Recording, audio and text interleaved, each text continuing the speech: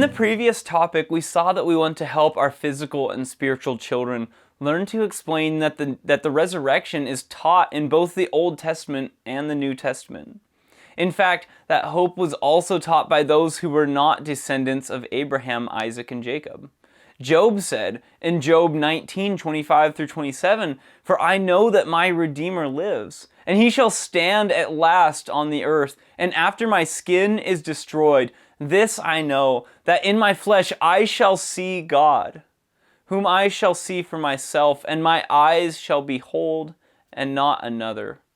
How my heart yearns within me." That hope gives those who follow the Lord peace as they face death. In this topic, we will see that we are given the family line of Esau. In Genesis 36, 1-8, we read, "Now this is the genealogy of Esau, who is Edom. Esau took his wives from the daughters of Canaan, Adah the daughter of Elon the Hittite, Aholibamah the daughter of Anah, the daughter of Zibeon the Hivite, and Basemeth, Ishmael's daughter, sister of Nebahath.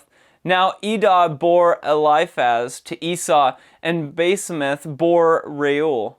Aholibamah bore Jeush, Jalam, and Korah. These were the sons of Esau who were born to him in the land of Canaan. Then Esau took his wives and his sons, his daughters, and all the persons of his household, his cattle and all his animals, and all his goods, which had been gained in the land of Canaan, and went to a country far away from the presence of his brother Jacob. For their possessions were too great for them to dwell together, and the land where they were strangers could not support them because of their livestock. So Esau dwelt in Mount Seir. Esau is Edom. Here we see the children that were born to Esau while he was still in the land of Canaan. Esau moved from Canaan to Mount Seir during the time that Jacob was in Haran. Genesis 32 verse 3 says, "Then Jacob sent messengers before him to Esau his brother in the land of Seir, the country of Edom." Jacob also promised Esau that he would visit him in Seir. Genesis 33 verse 14 says, "Please let my Lord go on ahead before his servant. I will lead on slowly at a pace which the livestock that go before me and the children are able to endure until I come to my Lord in Seir." In this verse, we see that Jacob promised he would come to Mount Seir to visit Esau sometime in the future. Then Genesis 33 verse 16 adds, "So Esau returned that day on his way to Seir." The Bible does not record when Jacob made one or more visits to Esau in Seir. However, we saw in the previous topic that Esau came to Hebron at the time of the death of Isaac, so they saw one another again at that time. The north edge of the land of Edom begins at the south end of the Salt Sea, or today the Dead Sea. This meant that the north edge of the land of Edom was only about 30 miles from the city of Hebron. We see that the reason Esau had moved to Edom was due to the fact that their flocks were so large, it would have been impossible for them to find adequate food for all of their cattle and sheep if they lived close together. Both Jacob and Esau had accumulated a large amount of animals and other possessions. Just the gift of animals Jacob had given to Esau showed that because the Lord had blessed Jacob, he had gained many animals. Genesis 32, 13-15 says, "So he lodged there that same night, and took what came to his hand as a present for Esau his brother, 200 female goats and 20 male goats, 200 ewes and 20 rams, 30 milk camels with their colts, 40 cows and 10 bulls, 20 female donkeys and 10 foals." This gift gave Esau 580 additional animals. To give that many animals showed that the Lord had blessed Jacob with a huge number of animals.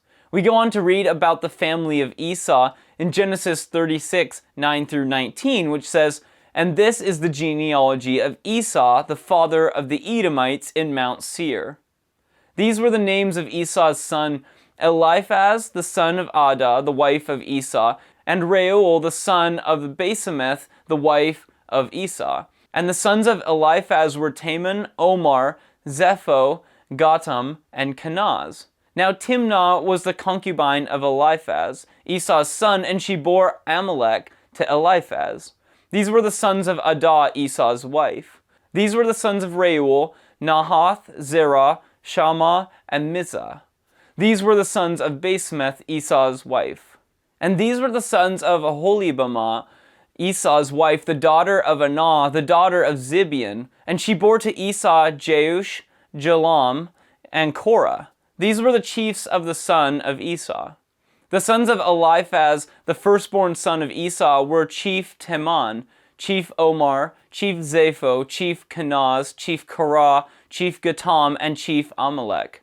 These were the chiefs of Eliphaz to the land of Edom. They were the sons of Adah.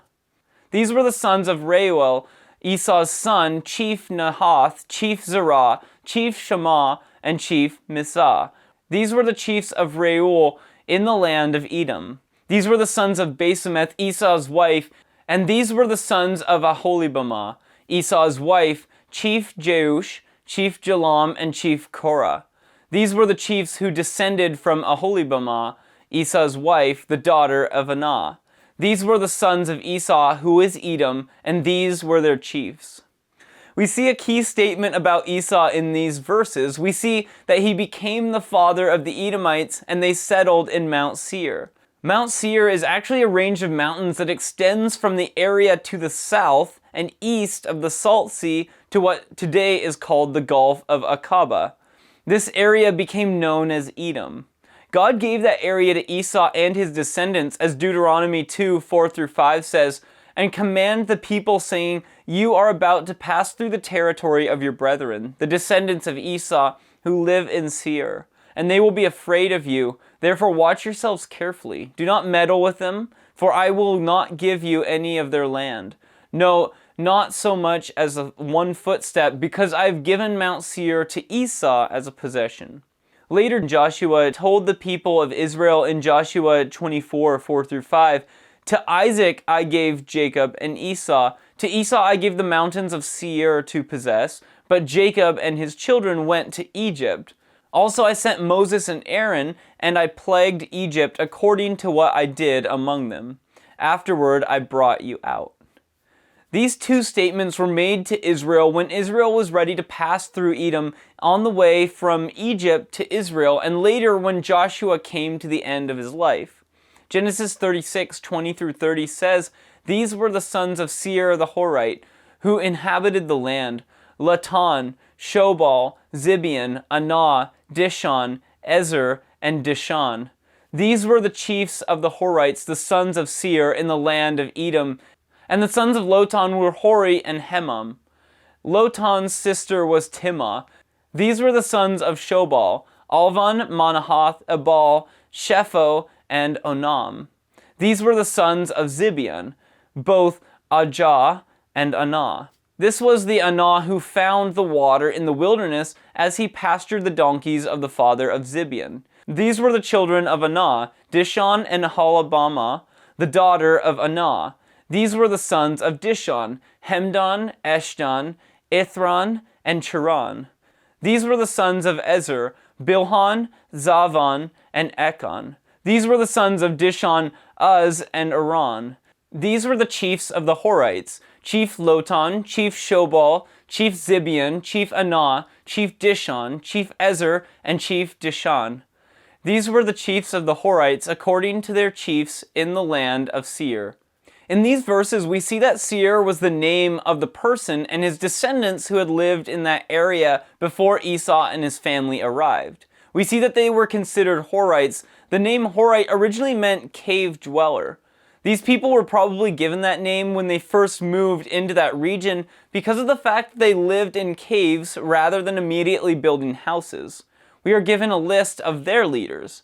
Finally, we are given a list of the kings who ruled the land of Edom before there were any kings in the land of Israel. From the time Esau moved to that area and it became known as Edom until the time Saul became the first king of Israel was a period of about 800 years. This included a time period of more than 400 years in which the nation of Israel developed from the family of Jacob to a nation of more than 2 million people. In addition, it also included the 40 years Israel was in the wilderness, plus the period of time which included the events recorded in the book of Joshua and Judges. Genesis 36:31 through 43 says, "Now these were the kings who reigned in the land of Edom before any king reigned over the children of Israel. Bela the son of Beor reigned in Edom, and the name of his city was Dinhabah. And when Bela died, Jabab, the son of Zerah of Bezrah, reigned in his place. When Jobab died, Husham of the land of the Temanites reigned in his place. And when Husham died, Hadad, the son of Bedad, who attacked Midian in the field of Moab, reigned in his place. And the name of his city was Avith. When Hadad died, Semlah of Mesrakah reigned in his place. And when Semlah died, Saul of the Rehoboth by the river reigned in his place. When Saul died, Baal-Hanan, the son of Akbor, reigned in his place. And when Baal-Hanan, the son of Akbor, died, Hadar reigned in his place, and the name of his city was Pau. His wife's name was Mehetabel, the daughter of Matred, the daughter of Mezahab. And there were the names of the chiefs of Esau according to their families and their places, by their names: Chief Timnah, Chief Alva, Chief Jetheth, Chief Aholibama, Chief Elah, Chief Penon, Chief Kenaz, Chief Teman, Chief Mibzar, Chief Magdiel, and Chief Iram. These were the chiefs of Edom according to their dwelling places in the land of their possession. Esau was the father of the Edomites."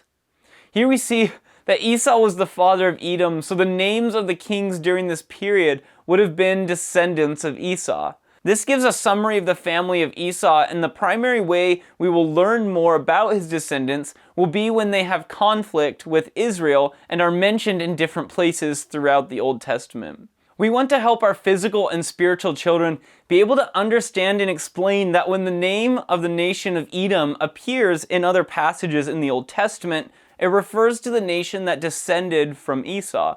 This is also part of the fulfillment of the prophecy made to Abraham that he would be the father of many nations. May the Lord richly bless you as you help your children to understand and explain these things.